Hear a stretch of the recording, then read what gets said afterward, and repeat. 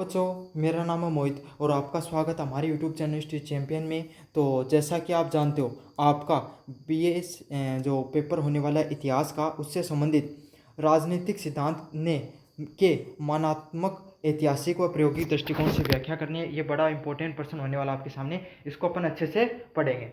तो चलो शुरू करते हैं वीडियो को। इससे पहले चैनल को सब्सक्राइब कर देना, वीडियो को लाइक कर देना, अपने दोस्तों को जरूर से शेयर कर देना है। अन्य वीडियो देखना चाहते हो इस टॉपिक से संबंधित, इस पेपर से संबंधित, प्लेलिस्ट का लिंक डिस्क्रिप्शन में दे रखा है। ये पीडीएफ आपको टेलीग्राम पे मिल जाएगी और यहाँ पर जो प्रोडक्ट वाला जो लिंक दे रखा है, यहाँ से जाकर अगर आप कोई किताब खरीदना चाहते हो, अगर और कोई प्रोडक्ट खरीदना चाहते हो, तो सबसे सस्ती दरों में आपको सबसे ज़्यादा डिस्काउंट इस लिंक पे क्लिक करके खरीदोगे तभी मिल जाएगा।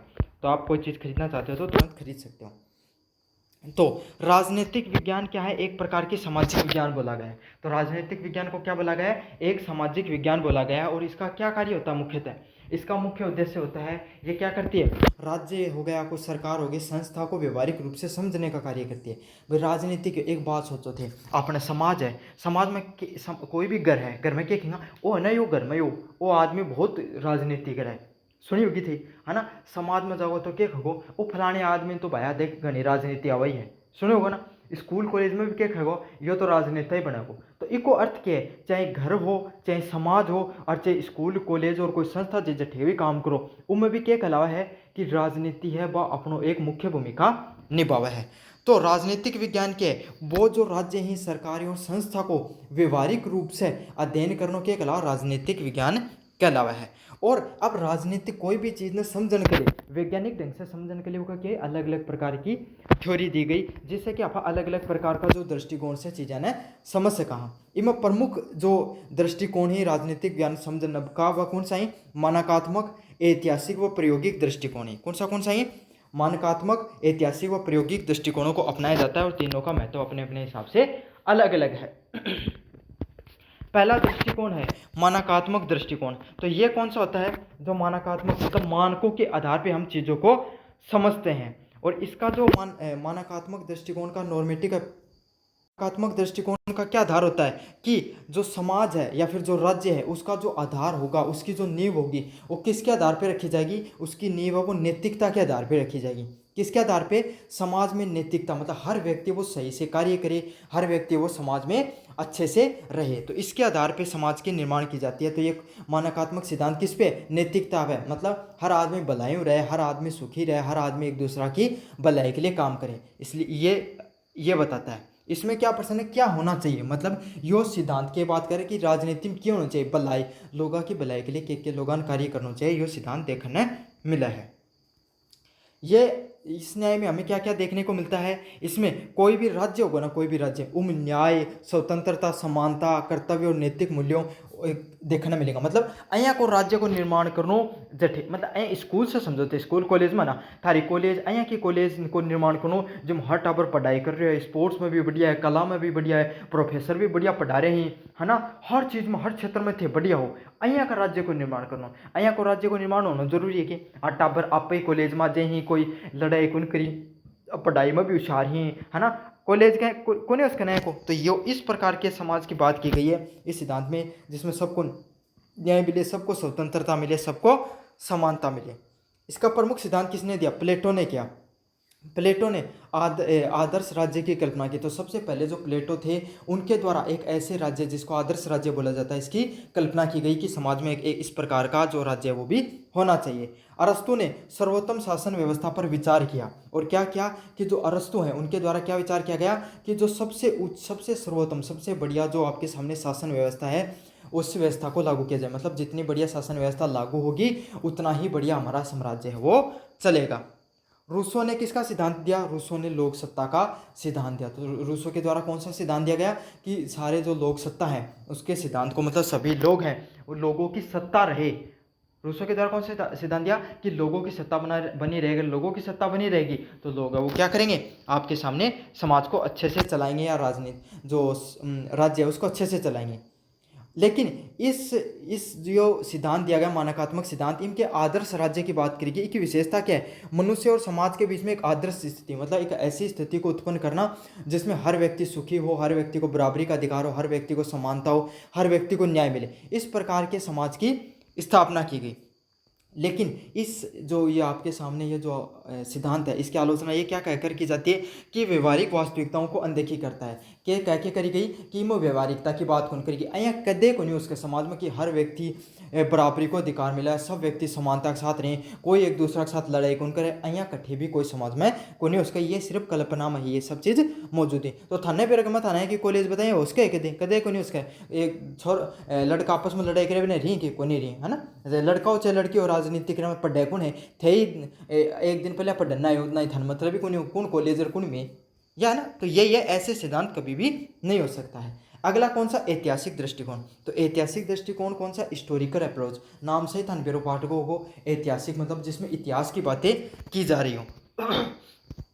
यह दृष्टिकोण हमें राजनीति के अतीत व ऐतिहासिक विकास की पृष्ठभूमि को समझने में मदद करता है। मतलब वो किस सिद्धांत के बताओ है कि इतिहास में पुराना टाइम में क्या चीज़ है करती है ना, जहाँ फकून कहा कि भाई पहला राजा ना 50-50 किलो को बाला लेके भाग जाया करता है ना, भाग जाता ना।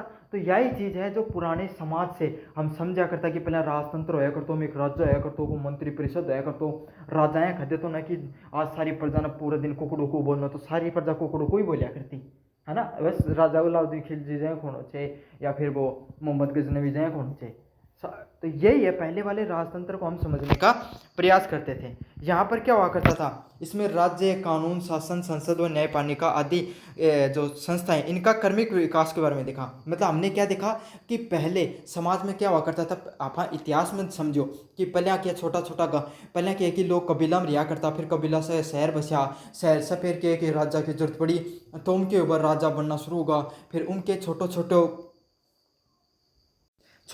जो राज्य है उनका निर्माण होया, फिर बड़े बड़े साम्राज्य बनते चले गए। वहाँ पर क्या हुआ करता था, राजा ही न्याय करता था, फिर धीरे धीरे क्या न्यायालयों का स्थापना की गई और आज अपने व्यवस्थित रूप से न्यायालय भी देखने को मिलती हैं।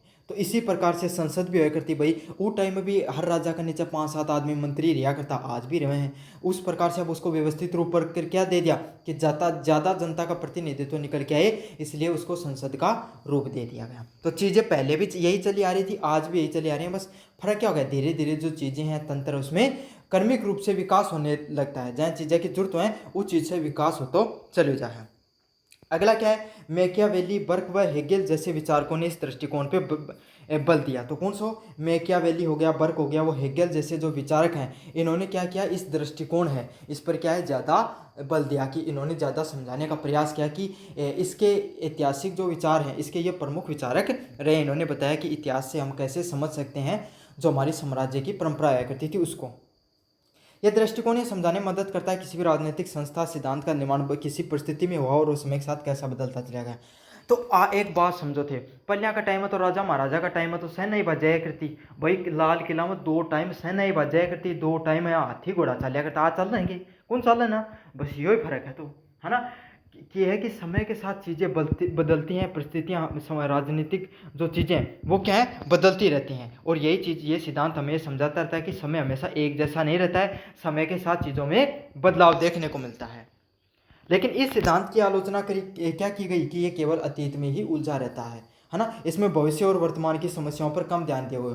तो इम क्या बताया गया, वो तो पहले पुराना आदमी एकदम पुरानी बात करा है, नई बात कौन करे, यही बात कह के कह दियो कि सिद्धांत को नहीं काम को इतना ज़्यादा, इम कह कि आज की बात कौन के, नया विचार को नहीं, इम तो पुरानी बात ही सारी की सारी जो पुराना टाइम में चलिया करती है ना। तो इस सिद्धांत ने क्या किया है, जो वर्तमान समय की समस्याएं इस पर कम ध्यान देकर जो पीछे में जो पुरानी समस्याएं थी उन पर ज़्यादा ध्यान दिया गया है।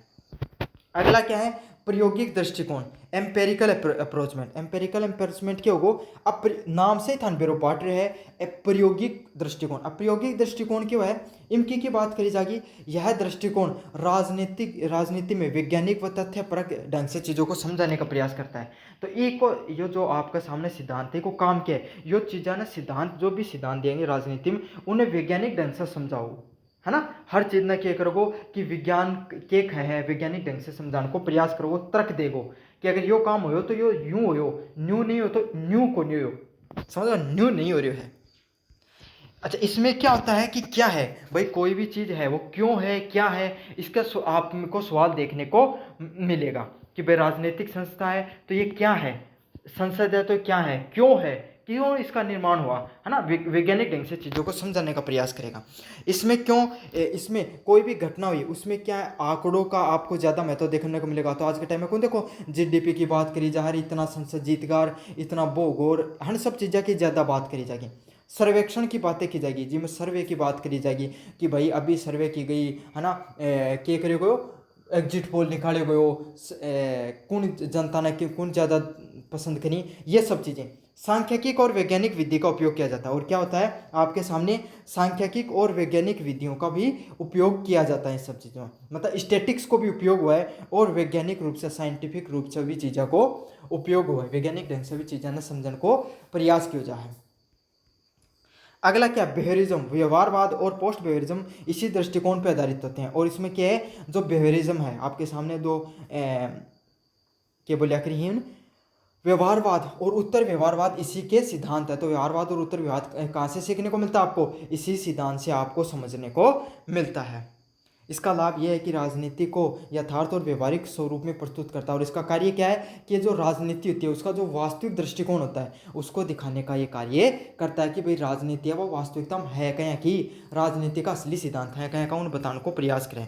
लेकिन इसकी कमजोरी यह है कि मूल्य और नैतिकता को नज़रअंदाज कर देता है। लेकिन इम क्या है कि यह है यो सारी चीज़ वैज्ञानिक ढंग से बताने की कोशिश करे हैं। इम क्या है, नैतिकता, मतलब इम क्या है भाई, चाहे इम यह है कि सरकार बननी चाहिए, चाहे कहीं कोई का वोट चोरी करके करो, चाहे अपना है वो क्या बोलिया कहीं गुट्ठो, कोई आदमी का गलत गुट्ठो लगा के कोई मरेड आदमी जिंदा करके कहीं भी करके, कोई पिसा देकर, कोई दारू देकर कहीं भी सरकार बनाने पर ध्यान दे रखा है। आंकड़ा की ज़्यादा बात करें, जब जीएसटी है यो क्या बोलिया कहीं अपने जीएसटी, सरकार खरीद जीएसटी कलेक्शन कर लियो तो कलेक्शन कर लियो, लेकिन जनता तो मर गई ना था जीएसटी कलेक्शन के चक्कर में, है ना।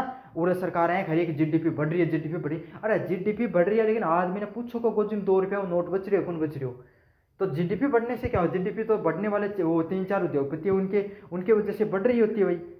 जीडीपी क्या होती है, भारत में कितना पैसा आ रहा है, तो वो तो अगर कोई बड़े उद्योगपति जितना ज़्यादा पैसा कमाएंगे उतना भारत में पैसा आएगा, है ना।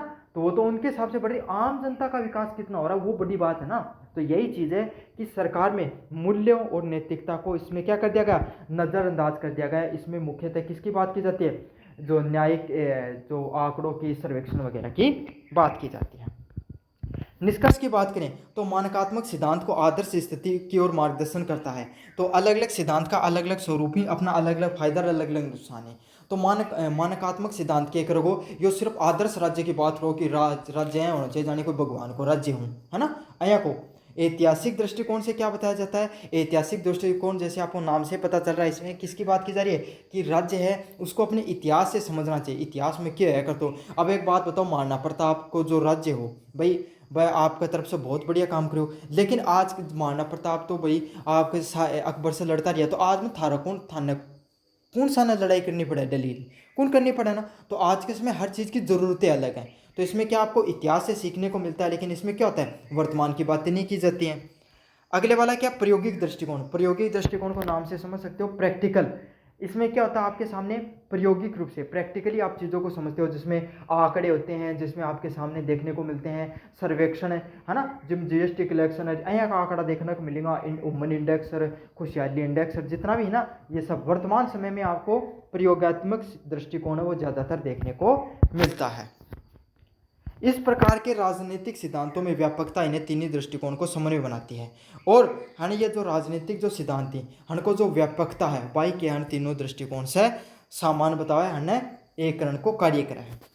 तो यह आपके सामने जो पेपर होने वाला था उससे संबंधित राजनीतिक सिद्धांत के मानकात्मक व ऐतिहासिक व प्रायोगिक दृष्टिकोण की व्याख्या कीजिए से संबंधित आपके सामने सारे प्रश्न मैंने ये करवा दिया है। आपको कैसा लगा वीडियो कमेंट बॉक्स में जरूर से बताना।